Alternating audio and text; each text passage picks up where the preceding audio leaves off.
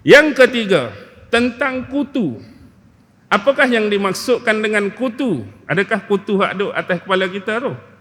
Tak. Ulama-ulama membahaskan antaranya kutu ni, kumal ni, yang disebut ialah dia sejenis ulat yang merupakan musibah daripada Allah. Ulat ni keluar daripada biji-biji gandum mereka. Jadi bila mereka kupas kulit gandum tu, menghasilkan biji gandum. Dan dalam biji gandum tu keluar ulat-ulat yang banyak. Yang ni yang dimaksudkan kutu dalam ayat ni. Sehingga bila keluar ulat tu boleh makan ke tak boleh makan? Tak boleh makan lah. Jadi tanam saja, ada benda tu tapi tak boleh dimakan kerana ulat-ulat yang banyak. Kalau nisbah kita macam padi kita lah. Bila mesin padi, keluar biji-biji padi tu tapi dalam tu ada ulat. Tak boleh nak makan beras tu. Okey, tu yang pertama. Yang kedua, kutu ni dikatakan ialah rupa dia macam sejenis berlalang tapi tak ada sayap.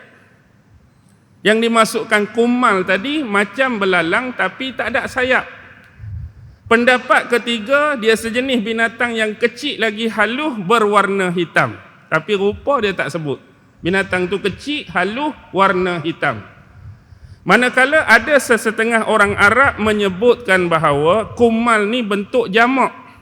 Bentuk jamak, banyak. Tapi kalau dia tu tunggal, sekok, dipanggil kumlah. Kumlah. Dan kalau disebut kumal ni, orang Arab kata dia merujuk nyamuk-nyamuk yang kecil. Kalau kumlah hak sekok tu, dia merujuk kepada dia macam kutu, hak duduk pada binatang-binatang ternakan. Hak biasa jenis macam unta, macam lembu, macam biri-biri, yang sifat dia menyeduk darah-darah binatang yang ditumpanginya.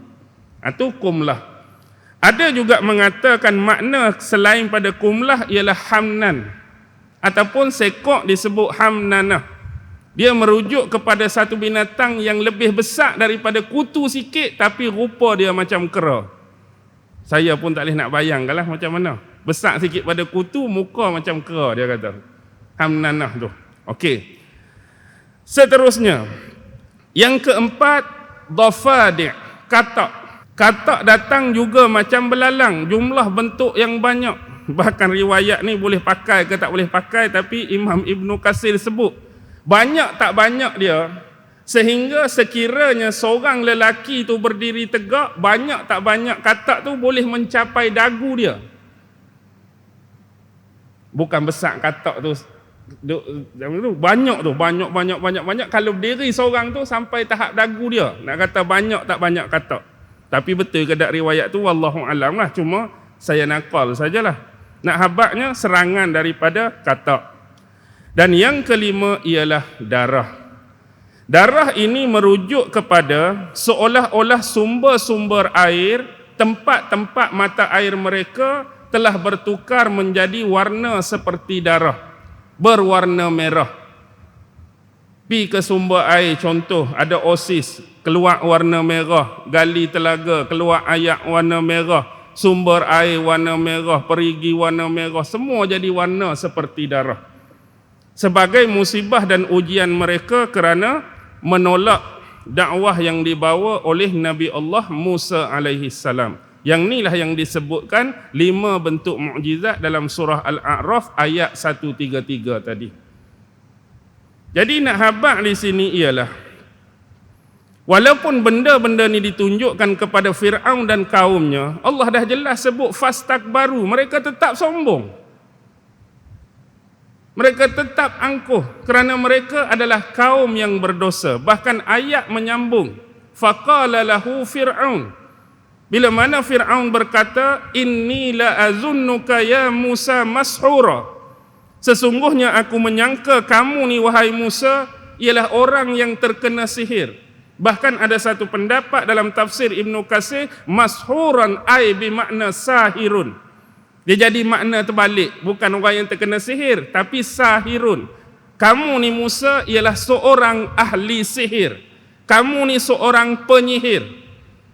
Yang mana benda-benda yang telah ditunjukkan kepada kami sebelum ni tu bukan mukjizat, bukan dari Tuhan kamu, tapi sebab kepandaian kamu dalam ilmu sihir, kamu buat macam ni, kamu buat macam ni sehingga datangnya bentuk-bentuk tadi di hadapan mata kami. Ini adalah merupakan bentuk tindak balas fitnah yang dilontarkan oleh Fir'aun. Dan ini adalah kognitif bias sebenarnya, yang sememangnya dipegang oleh Fir'aun supaya dia ni tidak tertolak ataupun tercampak kepada satu pegangan yang sudah sebati dengan diri dia, iaitu asas-asas penolakan terhadap Nabi Musa. Dia tolak Nabi Musa sebagai Nabi dan Rasul, dan dia tolak Nabi Musa sebagai Rasul yang mendatangkan mukjizat. Tuan-tuan, jelas hari ini berlaku di hadapan mata kita bahawa golongan-golongan seperti ini tidak pernah surut dan padam.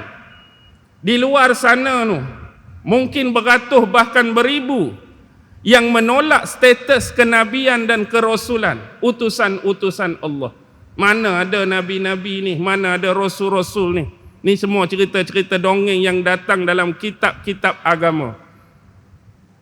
Mana ada mukjizat ni, semua sihir-sihir, kepelikan-kepelikan, keanehan yang mereka buat ni adalah bentuk-bentuk sihir. Mereka tolak mukjizat nabi-nabi dan rasul.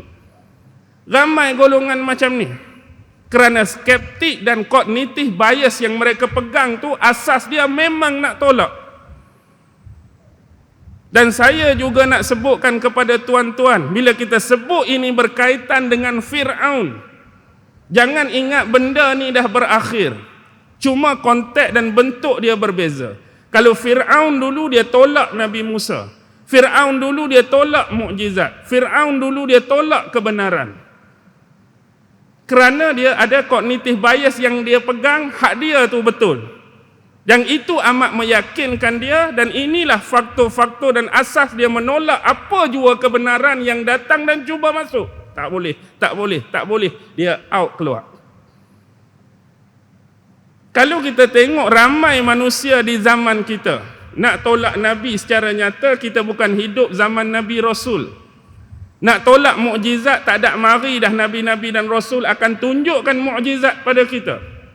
Tetapi yang kita boleh ambil ialah kebenaran yang datang dari satu-satu personaliti ataupun mana-mana jua yang kita panggil kebenaran.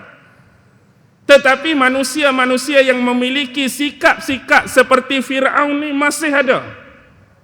Yang mana bila dia kognitif bias, dia berasa dialah hak paling betul. Dialah hak paling benar. Aliran akulah yang paling mantap. Aliran akulah yang paling betul. Kumpulan akulah yang paling betul. Sehingga bentuk-bentuk kebenaran yang didatangkan di hadapan mereka, tak boleh pergi. Tak kemas, tak kukuh, tak mantap. Sedangkan itu adalah kebenaran. Sebab apa? Sebab dia dah berpegang, dia hak paling betul, orang lain dah salah. Begitu susahnya dia nak terima walaupun itu adalah bentuk kebenaran. Jangan buat perangai macam ni. Sebab kebenaran tu dia tidak mutlak, dia tidak muktamad, dia boleh datang daripada sesiapa pun. Kalau dia benar, benarlah dia. Kalau benda tu salah, salahlah.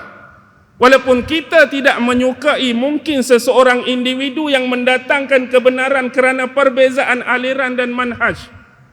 Oi, orang tu tak sama tu. Fikrah dia tak sama dengan aku, pemikiran dia tak sama dengan aku, minhaj dia tak sama dengan aku. Sedangkan walaupun kita secara peribadi tidak menyukai dia, apa yang dia datangkan tu adalah kebenaran, kita kena terima. Benda tu betul, benda tu benar. Tetapi kerana skeptik tadi, tak boleh. Yang ni kumpulan lain ni, aliran lain ni, manhaj lain ni. Jangan buat perangai macam ni. Betul-betul lah. Salah-salah walaupun kita menyukai orang tu. Aku cukup suka dia ni, aku cukup minat dia ni, aku cukup fanatik dia ni. Dah dia salah, benda tu tetap salah. Dia tak jadi benda tu betul kerana dia tu popular. Dia tak jadi benda tu betul kerana dia tu ramai pengikut. No. Jangan buat perangai macam ni. Siapa pun dia, yang benar tu benar, yang salah itu tetap salah. Jadi kalau kita nak kata perangai macam Fir'aun, terlajak pula, bukan nak kata macam tu. Sifat tu Jadi dulu Fir'aun dah buat perangai itu, kita jangan ulangi lagi benda yang sama, iaitu menolak bentuk kebenaran yang datang pada kita. Jadi kita berhenti dan berakhir di sini. Mudah-mudahan Allah senantiasa merahmati kita semua atas apa jua bentuk amalan-amalan yang kita lakukan terhadap Allah Subhanahu wa taala.